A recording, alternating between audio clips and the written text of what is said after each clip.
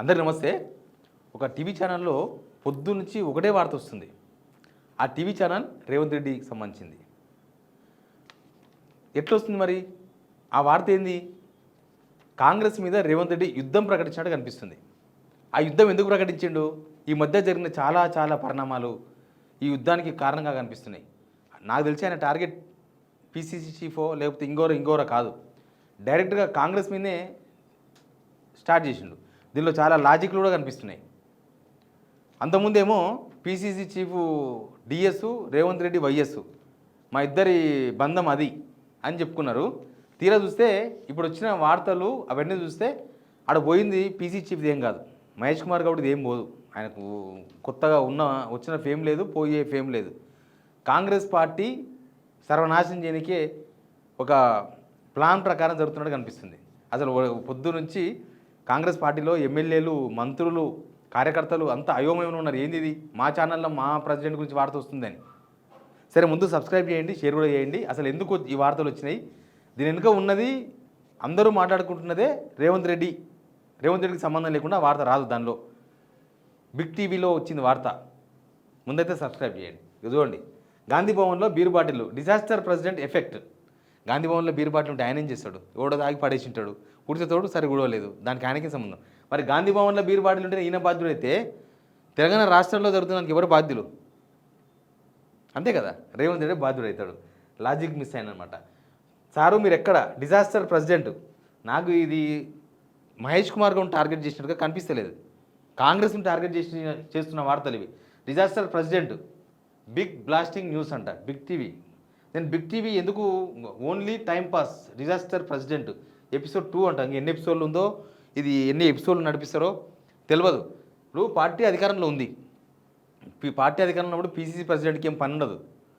రేపు ఎలక్షన్స్లో కూడా పీసీసీ ప్రెసిడెంట్ పనితీరు మీద జనాలు ఓట్లు వేయరు, గవర్నమెంట్ పర్ఫార్మెన్స్ మీద ఓట్లు వేస్తారు. అంటే రేవంత్ రెడ్డి పనితీరుని బట్టి జనం ఓట్లు వేస్తారు, అంతేగాని ఈయన చూసి అయ్యరు. అందుకే నేను ఇది మహేష్ కుమార్ గౌడ్ టార్గెట్ అని నేను అనుకుంటలేను. లేకపోతే ఆయనకి ఏం సంబంధం? ఆయన గాంధీ భవన్లో 24 గంటలు కూర్చుంటే ఏమైనా ప్రభుత్వం ఉడుతుందా? జనాలకి ఏమైనా వస్తాయా? ఏం రావు.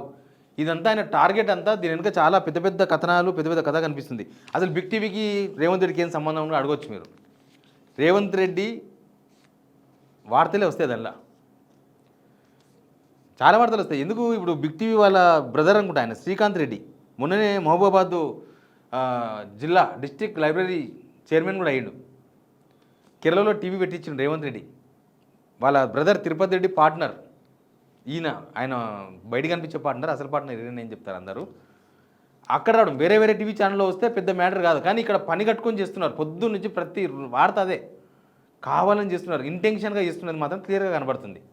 ఏంటంటే నేను ఈ వీడియోలో ముందు నుంచి చెప్తున్నట్లుగా ఇది పీసీ చీఫ్ టార్గెట్గా కనిపిస్తలేదు, కాంగ్రెస్ టార్గెట్గా కనిపిస్తుంది. ఏంది? రేవంత్ రెడ్డికి కాంగ్రెస్ టార్గెట్ చేయాల్సిన అవసరం ఏముంది? ఆయన కాంగ్రెస్ పార్టీలో ఉన్నాడు కదా. మరి బండి సంజయ్ వార్తలు రాకుండా ఆపించినోడు ఈ వార్తను ఆపించలేడు, ఆయన తెలియకుండా వస్తే, పొద్దునుంచి వస్తే. కాబట్టి ఈ వార్త 100% రేవంత్ రెడ్డి ఏపిస్తున్న వార్తనే, దానిలో డౌట్ ఏం లేదు. ఇంకా అంటే ఎందుకు ఏపిస్తున్నాడు అనేది చాలా ఇంపార్టెంట్ పాయింట్.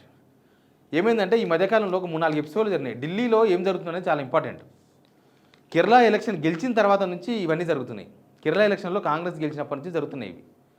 కేరళ ఎలక్షన్ గెలిచిన తర్వాత దాన్ని మొత్తం ఈయననే క్లైమ్ చేసుకునే ప్రయత్నం చేసిండు.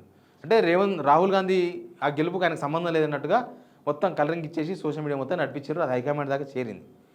కేరళ ఎలక్షన్లో కాంగ్రెస్ గెలిచిన తర్వాత ధైర్యం వచ్చింది వాళ్ళకి. ప్లస్ తమిళనాడులో కూడా గవర్నమెంట్లో చేరినరు, 2 మంత్రి పదవులు వచ్చినాయి, వాళ్ళకు కొంచెం హిమ్మత్ వచ్చిందనమాట. అది వచ్చిన తర్వాత రేవంత్ రెడ్డి ఒరిజినల్ స్టైల్ ఆయన మారలేదు, అట్లే ఉన్నాడు అని ఆయన తీసి పక్కన పడేసారు. మళ్ళీ అప్పటి నుంచి ఇప్పటిదాకా రాహుల్ గాంధీ కలిసేందుకు మస్తు సార్లు అపాయింట్మెంట్ అడిగాడు, ఇవ్వలేదు. ఢిల్లీ పోయి ఒక 2 రోజులు పని లేదు, పాడలేదు, ఆయనే ఓర్లాడాడు. అయినా సరే రాహుల్ గాంధీ కలవలేదు. మొన్న కేరళ ముఖ్యమంత్రి ప్రమాణ స్వీకారం పోతే కూడా అందరితో పాటు నమస్తే అంటే నమస్తే దండం అని కూడా పోయింది తప్ప, ఓ సూపర్ నీవే గెలిపించామని నేను చెప్పలే ఆయనకి, ఎందుకంటే నేను గెలిపించలేదు, అందరికీ తెలుసు ఆ విషయం. ఆ తర్వాత జరిగిన పరిణామాలు అధిష్టానాన్ని కొంత ఇబ్బందులు పడేసినాయి.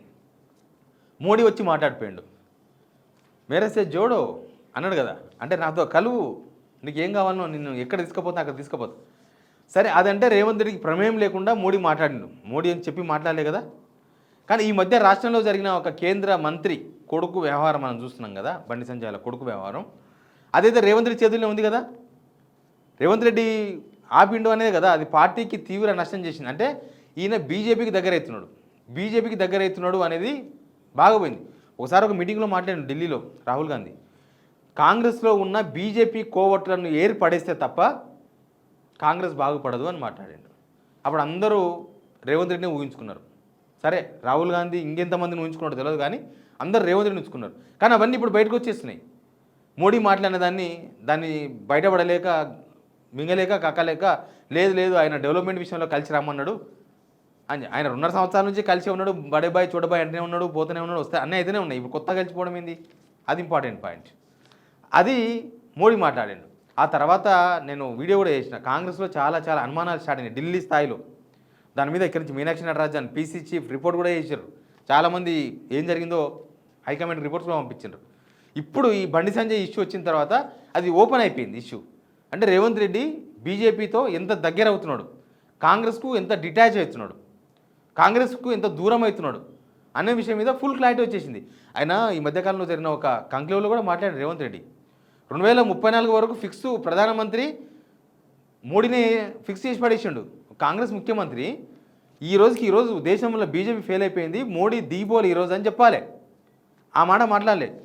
2034 తర్వాత నేను ఢిల్లీ పోతా, అప్పటిదాకా కలిసి పనిచేస్తా రాష్ట్ర అభివృద్ధి కోసం అని మోడీని ఫిక్స్ చేసి పడేసిండు.